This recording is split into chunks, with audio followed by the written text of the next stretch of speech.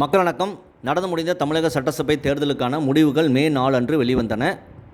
எந்த கட்சிக்கும் தனிப்பெரும்பான்மை கிடைக்கவில்லை. ஆட்சி அமைக்க தமிழக வெற்றி கழகம் 108 சீட் பெற்றிருந்தது. 2வது இடமாக திமுக வந்திருந்தது. 3வது இடமாக அதிமுக வந்திருந்தது. முக்கியமாக தமிழக முதல்வர் ஸ்டாலின் அவர்கள் தன்னுடைய கொளத்தூர் தொகுதியில் மிகப்பெரிய தோல்வி சந்தித்துள்ளார் என்பது குறிப்பிடத்தக்கது. விஜய் அவர்கள் ஆட்சி அமைக்க காங்கிரஸ், கம்யூனிஸ்ட் மற்றும் விசிகவிடம் ஆதரவு கேட்டிருந்தார். மே 6 மதியம் காங்கிரஸ் தன்னுடைய 5 எம்எல்ஏவுடன் ஆதரவு அளிப்பதாக சொல்லி கடிதம் கொடுத்தது. உடனடியாக மே 6 மாலை 3:30 மணிக்கு விஜய் அவர்கள் ஆளுநரை சந்தித்து ஆட்சி அமைக்க உரிமை கோரியிருக்கிறார். ஆளுநர் அவர்கள் மாலை வரை எந்த தகவலும் சொல்லவில்லை.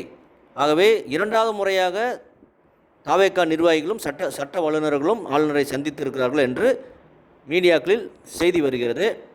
மறுபக்கம் என்னவென்றால் அதிமுக மாலை என்ன சொல்லியிருக்கிறது, எக்காரணத்தை கொண்டும் நாங்கள் தாவேகா ஆதரிக்க மாட்டோம் என்று சொல்லியிருக்கிறார்கள். நாளை நடத்திருந்த கட்சி நிர்வாகிகள் கூட்டத்தை விடுதலை சிறுத்தை கட்சியும் கம்யூனிஸ்ட் கட்சியும் ரத்து செய்திருக்கிறார்கள். அதற்கு காரணமாக சொல்லப்படுவது மெயின் ஸ்ட்ரீம் மீடியா, அதாவது முக்கியமான மீடியாவிலும் மற்றும் சமூக வலைதளத்திலும் பத்திரிகையாளர் பேசிக்கொள்வது என்னவென்றால், அதிமுகவும் திமுகவும் சேர்ந்து ஆட்சி அமைக்க ஒரு எண்ணம் இருக்கிறது. ஆகவே எப்படியாவது விஜய் அவர்கள் ஆட்சி அமைக்க முடியாமல் போய்விட்டால் திமுக வெளியிருந்து ஆதரவும் அதிமுக ஆட்சி அமைக்க வைப்பது என்று ஒரு திட்டம் இருப்பதாக சொல்லப்படுகிறது. அதுக்கான ஒரு பேசிக் ஸ்டார்டிங் பாயிண்ட் மட்டும் பேச்சுவார்த்தை நடந்ததாக சொல்லப்படுகிறது. அப்படி ஒரு விஷயம் நடந்தால் கண்டிப்பாக இந்த இரு பெரும் கட்சிகளை மக்கள் எக்கார்ந்து கொண்டு மன்னிக்க மாட்டார்கள். ஏனென்றால் 60 ஆண்டுகளுக்கு பிறகு தமிழ்நாட்டில் ஒரு மாற்றம் வர வேண்டும் என்ற நோக்கத்தில்தான் இளைஞர்கள், பெண்கள் எல்லோரும் ஒரு மாற்றம் வேண்டும் என்று சொல்லி ஏற்படுத்திய மாற்றம் இந்த மாற்றம். விஜய் அவர்கள் தான் முதலமைச்சராக வர வேண்டும் என்று அவர்கள் இந்த வாக்களித்திருக்கிறார்கள். ஆனால் மெஜாரிட்டி கிடைக்காமல் போய்விட்டது. அது ஒரு பெரிய விஷயம் இல்லை. சட்டப்படி தனிப்பெரும் கட்சியாக எது இருக்கிறதோ அதை ஆளுநர் அவர்கள் ஆட்சி அமைக்க அழைப்பது தான் சட்டத்தின்படி இருக்கிறது.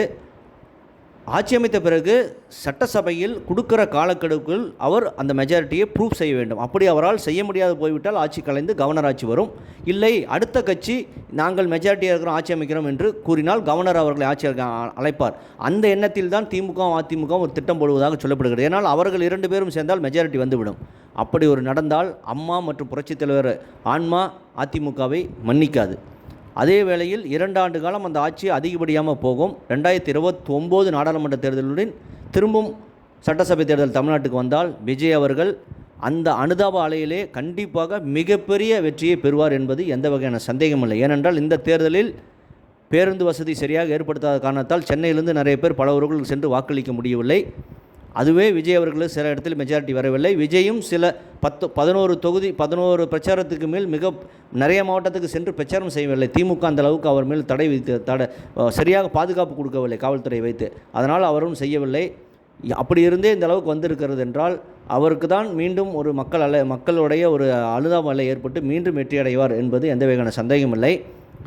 என்னதான் நான் ஒரு பாஜகவின் ஆதரவாளராக இருந்தாலும் மக்கள் தீர்ப்பை முதலில் மதிக்க வேண்டும். மக்கள் விஜய் அவர்கள் முதலமைச்சராக வர வேண்டும் என்று வாக்களித்திருக்கிறார்கள். அந்த மக்கள் தீர்ப்பை மதிக்க வேண்டும்.